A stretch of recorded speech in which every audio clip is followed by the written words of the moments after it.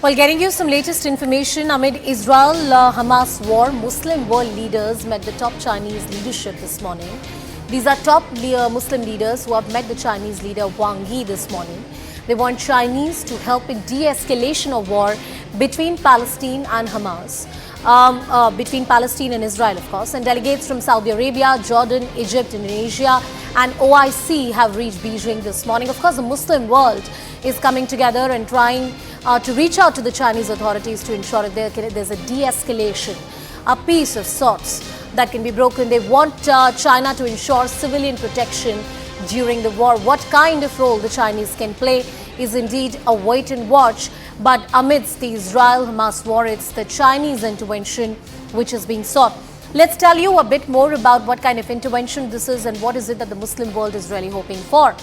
The Muslim leaders have met the top Chinese leaders. This meeting that took place today morning is an important development, keeping in mind that the Chinese could perhaps have an important role to play in West Asia.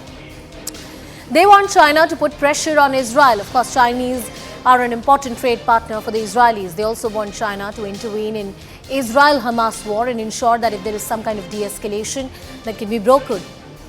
Also, Arab nations want China to talk to the world. And the Saudi-China have various mutual interests in the region, a lot of infrastructure, development projects. All of that is critical for the entire region. Let me cut across to Abhishek and get more perspective on the story. Abhishek, what are the critical interests at stake? And more importantly, why would Israelis listen to the Chinese? Okay, so we have seen in recent months, China has increasingly engaged with many Arab countries. There are more than one reason for this. Of course, Chinese energy security comes a lot from the Saudi region.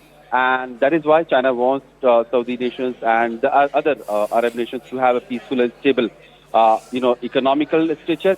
Also, the increasing investment from the USA side is also being countered by the Chinese action, or Chinese investment or Chinese assurances to these countries. We have seen recently Saudi and Iran having a thaw, a kind of diplomatic relationship that has started again, and China has been a crucial part of this entire negotiation. So Arab world have clearly pinned their hopes on Chinese side now when they have seen enough of Israeli counteroffensive in Hamas, and they have not been able to stop it by any means.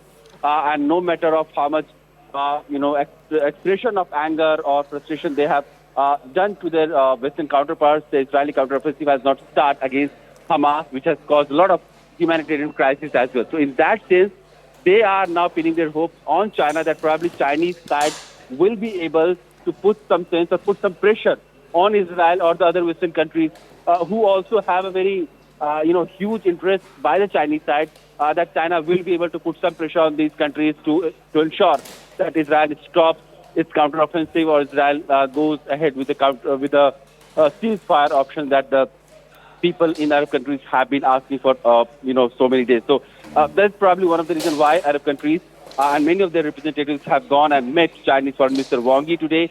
And China is also calling for ceasefire in Gaza from the Israeli side.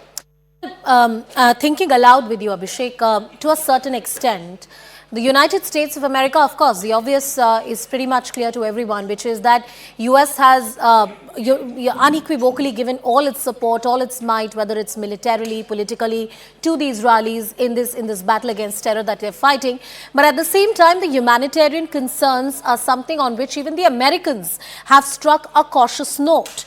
But that doesn't seem to have a lot of bearing on the Israelis. So when they didn't listen to the Americans, one wonders, would they really listen to the Chinese? Well, it's all about diplomatic pressure that the Chinese side would be able to make because the Arab world does not have that much of economic interest with the Western part or the Western nations that the Chinese have. We have recently seen Chinese foreign minister traveling to USA. We also saw Chinese President Xi Jinping's meeting with US President Joe Biden, and Joe Biden side has eagerly waited for this meeting after many months passed with a kind of, cold shouldering each other. So the relation between USA and China is something that USA is very keen to mend ties with Chinese side because of the strategic reason, because of the economic and trade reasons also. So in that sense, China's emergence as an important player in Saudi or in the Arab region cannot be denied. And in that context only, we have seen many regional representatives from Jordan, Saudi Arabia, Egypt, and Palestinian National Authority and Indonesia. They have all gone there and met Chinese Foreign Minister Xi Jinping, Wang Yi, and Beijing has also called for a ceasefire. Right. This is what Right. the many Arab world leaders have also Absolutely. thought. It's all about building that diplomatic pressure.